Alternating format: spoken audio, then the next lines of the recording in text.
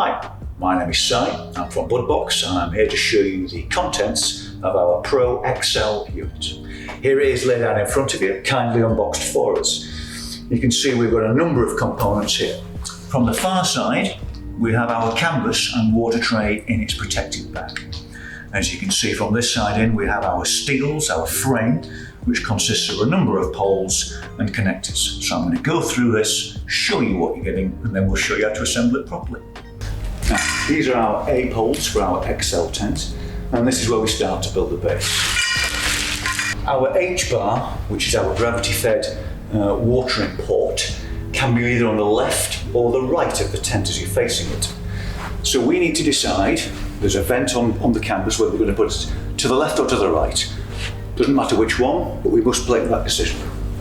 So we start building our tent. All the poles are marked with the letters on them, so you know which one is. So this is the A. On this simple equation, we're going to put a connector in now. Tip number 2, there is a cushioned end stop on all our connectors, 3-way connectors. When these are on the floor, the cushioned end stop must be at the bottom. And when they're on the ceiling, it must be on the top. As you can see, it is possible to have it different ways, but the whole alignments will cause you trouble later.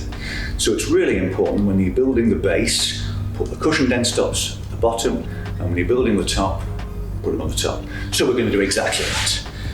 Now, these poles all have push-click connectors, and we'll put the H-bar on the left this time. Now for our H-bar on the left-hand side, this unusual looking contraption. This goes in this position. It can be thought of, people have made the mistake to put it in this position beside, but it goes on the upright. And as you can see already, 3/4 of the frame. So, one of these in each corner.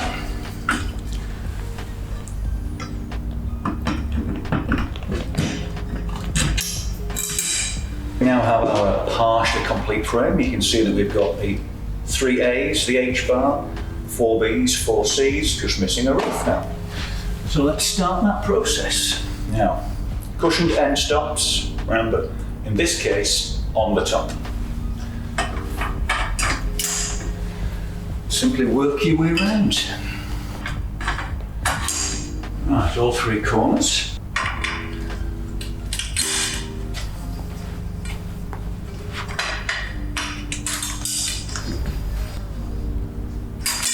So, as you can see so far, we've got the frame assembled.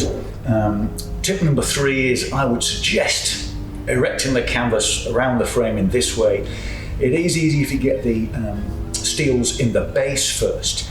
Now, with one person, as I'm sure you know, it's going to be tricky to put up any decent size amount of canvas around a frame.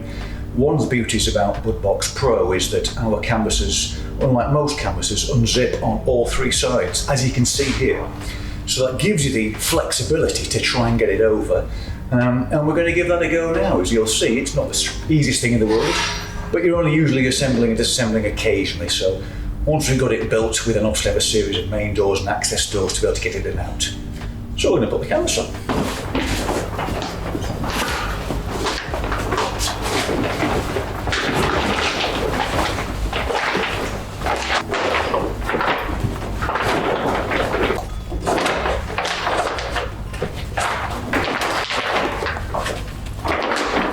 So, as we can see now, with a little bit of effort, getting the roof on's the trickier bit, but as you can see, because of the 3 sides that you can open, once you've established the base and then the roof over, it's relatively easy to zip the rest up.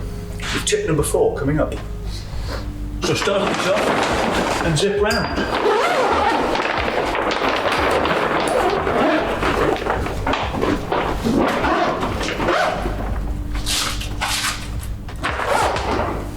Do this left-hand side.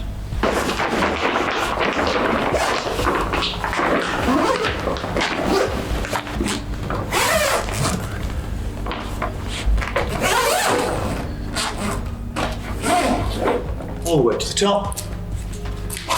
Frame and the canvas assembled. We're going to take the doors open, we're going to put the roof bars in, and I'm going to show you a couple of tips inside the tent including the silicone pads and the double zip baffles. We'll get those. Now, with all BudBox roof bars, there are two types, as you can see from here.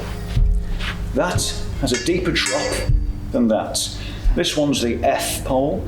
It sits underneath on the frame, the E pole, giving you incredible strength for hanging stuff. Before we put these in, we always supply, and I strongest recommend you get them, fitted, the silicone pads that go over the ends. So we're going to put those on now and put these in the tent.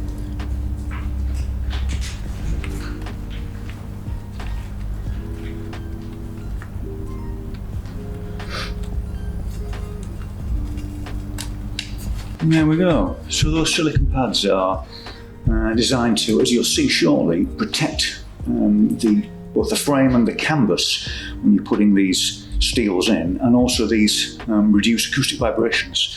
So anything hanging on these bars the sound is dampened through them. So let's go and install them. This is the shallower drop.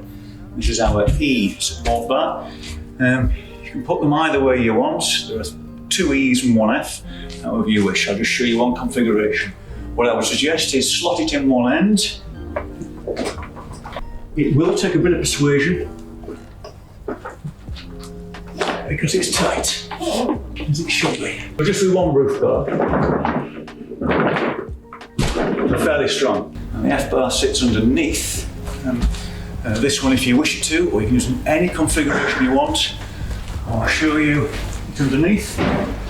Again, pick a spot, always tight at the back, and then diagonally across. Being underneath the F also helps rest on the F, so now you're ready to do half your strength.